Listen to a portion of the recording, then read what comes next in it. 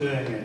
You come up with spending, literally $5 to $10 million patrolling these seas for 5 years, 5 to 10 years on one single organised crime network, because there are many others, and many of them are much, much bigger. We must try and find some deterrence, disruption and prevention strategies, which mean we don't have to spend all this money on actual boots on the ground, ships at sea, surveillance, and really, really complex investigation. Fisheries jurisdiction alone runs out of road. We have to cut away at their business model. In the UK, the insurance investigation, the insurers of the nine of the vessels were found to be insured by the same company in the UK. All insurance cover was immediately taken away from those companies, from the vessels, 9 of the blacklisted vessels, and now the UK are in a process of working with the insurance industry in the UK to ensure that they understand how they should not insure these vessels in the future to protect themselves. We need to attack all the crimes and all the offending, and I hope I've given you a few examples of that in my presentation. I refer to the Al Capone strategy and the death by 1,000 cuts. We need multi-agency approaches. We need single points of contact with enforcement networks that can be got in touch with by the NCBs, and we need some more sophisticated IT solutions adapted to the operational requirements, whether it's a slow burn intelligence collection operation or it's actually a fast tempoed seizure, or we were expecting the Thunder to make landfall in about 3 weeks. And so we had an operational plan in place, and at the time we had a decent platform for that operational exchange, but it became a question of making telephone calls. So that's what we do. Thank you very much.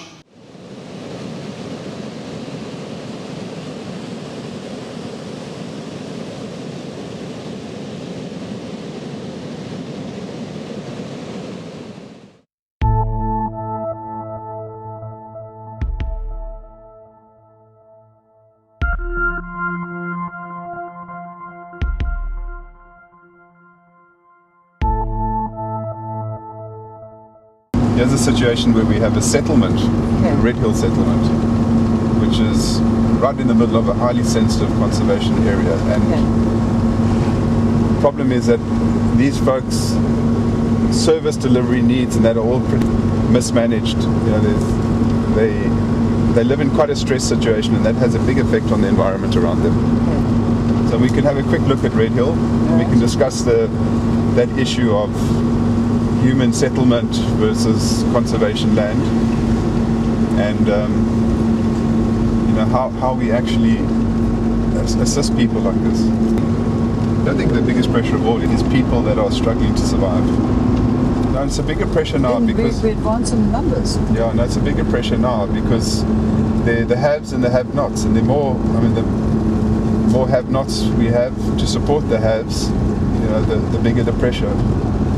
And here's a situation, because the haves decide, they try and dictate how the have-not should live. This is part of the big problem that we have in the peninsula here. But let's have a look at Red Hill. It's a really sweet little settlement. It's still relatively contained, and everything around it is a national park, so it's quite relevant in terms of Cape Town. It's Cape Town situation. Good foreground as well as background. It's beautiful.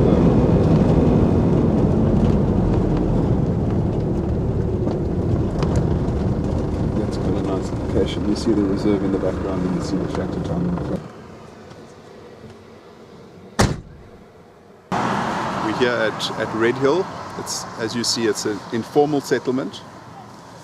But what it does represent is it represents some of the pressures that people face, and as a result of that, the environment has to deal with. Compared to Masiphumelele, it's such a difference. See, the guys are growing their little crops. Quite a few little community gardens. This is a situation where council decided to get rid of all the trees here.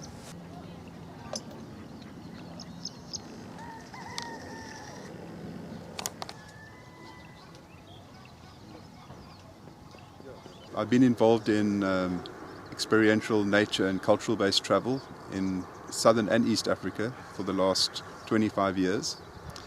And my true passion is looking at ways to assist conservation and make people aware of some of the real big issues that are facing Africa and some of the most sensitive areas.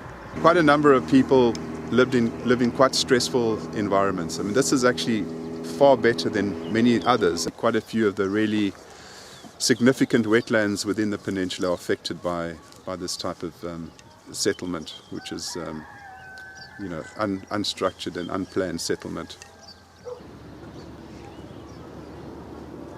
So just a couple of pointers in a situation like this.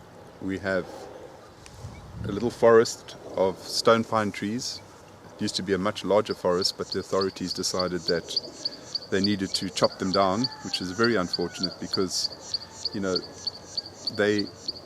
stone pines are not that invasive, and they also created quite a nice shelter for this settlement here. So the authorities came along and